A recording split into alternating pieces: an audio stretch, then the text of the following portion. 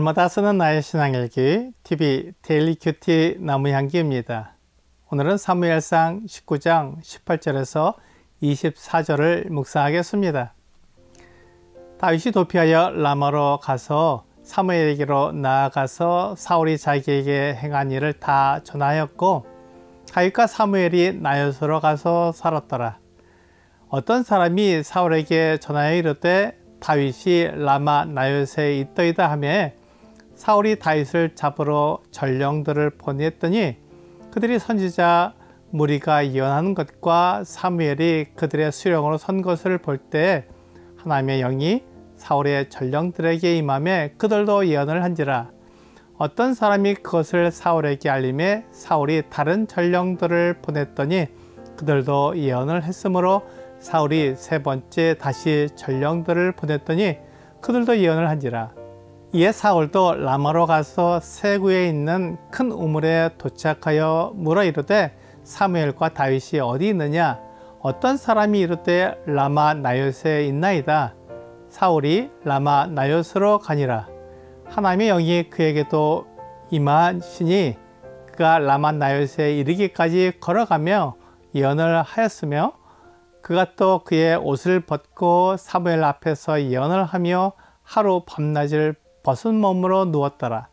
그러므로 속담에 이르기를 사울도 선지자 중에 있느냐 하니라.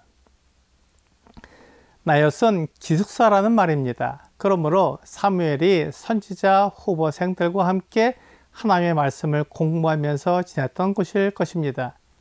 사무엘의 고향인 라마에 있는 나요시기에 라마 나요시라고 부릅니다. 다윗은 밤중에 집에서 빠져나와 사무엘이 있는 라마로 갔습니다. 다윗은 사울에게 쫓기고 있었기에 아무도 믿지 못했을 것입니다. 그래서 그가 믿고 의지할 수 있는 사무엘에게 왔습니다. 사무엘은 하나님의 사람이었고 그의 말은 땅에 떨어지지 않았습니다. 그렇게 하나님께서 그와 함께 하셨고 그를 높여주셨습니다. 또한 사무엘이 다윗에게 기름을 부었기에 다윗은 사무엘을 만나 그에게 모든 것을 말한 것 같습니다. 사무엘이 다윗에게 사울이 행한 것을 다 들었을 때 마음이 아팠을 것입니다. 사무엘은 사울을 사랑했고 그가 이스라엘의 왕으로서 바르게 세워지기를 누구보다 원했지만 사울은 그렇지 못했던 것입니다. 사무엘은 하나님께서 사울을 버리셨고 사울 대신 다윗을 세우셨기에 사울의 악함을 잘 알고 있었을 것입니다. 그래서 사무엘은 다윗을 위로해주고 그와 함께 나요스로 가서 지냈습니다. 라마에 있는 나요스는 사무엘과 다윗이 안심하고 지낼 수 있는 곳이었을 것입니다. 그런데 어떤 사람이 다윗이 라마 나요스에 있는 것을 사울에게 전했습니다. 사울은 전령을 보내어 다윗을 잡아오게 했습니다. 그런데 사울이 보낸 전령들이 라마 나요스에 이르렀을 때 선지자의 무리가 예언하는 것을 보자 하나님의 영이 그들에게 임하여 그들도 예언을 했습니다.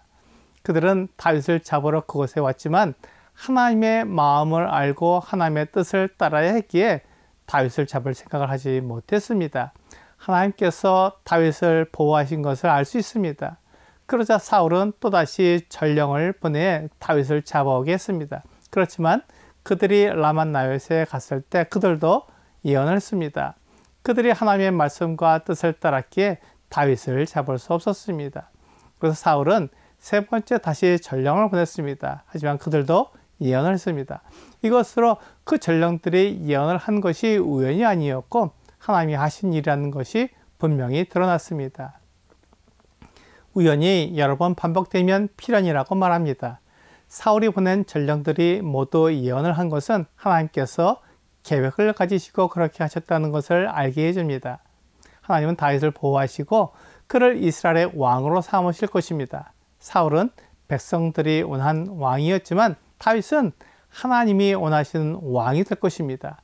그래서 사울은 자신이 직접 다윗을 잡으러 라마로 갔습니다. 사울이 세구에 있는 우물에 도착하여 그곳에 있는 사람들에게 사무엘과 다윗이 어디에 있느냐고 물었습니다. 그러자 어떤 사람이 라마 나요스에 있다고 말해 주었습니다. 사울은 라마 나요스로 갔습니다. 그는 그곳에서 다윗을 잡을 수 있을 것이라고 생각했습니다. 그런데 그가 라마 나요스로 갈 때 하나님의 영이 그에게도 임했습니다.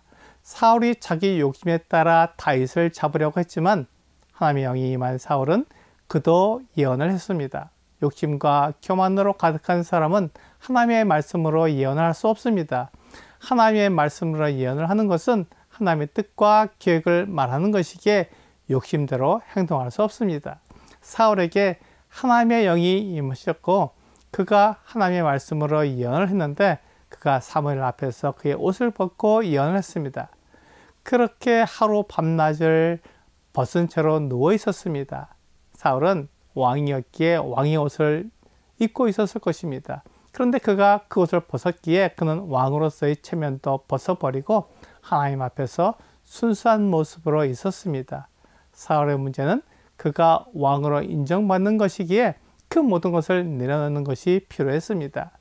그가 하루 밤낮을 그렇게 누워 있었기에 다윗이 라마 나윗에서 도망쳐 나올 충분한 시간이 있었습니다. 하나님께서는 다윗이 그곳에서 빠져나올 수 있는 시간을 주시기 위해 사울을 붙잡아 두셨습니다.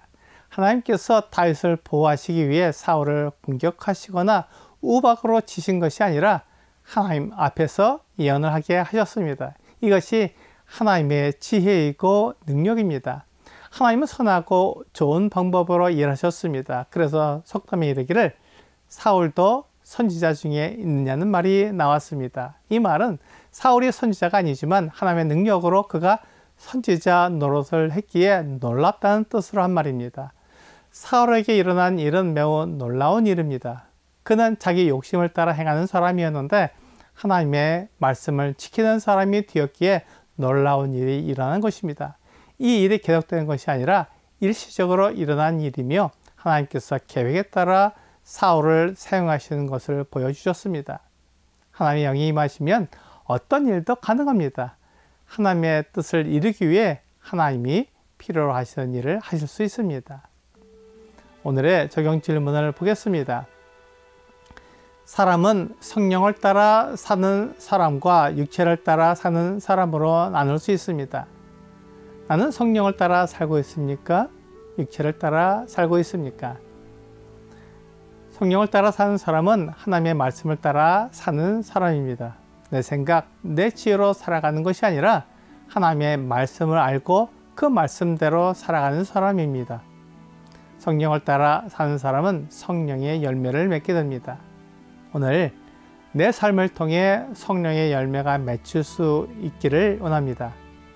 하나님의 말씀을 사랑하고 그 말씀에 순종하는 여러분과 제가 되기를 주 예수님의 이름으로 기도합니다.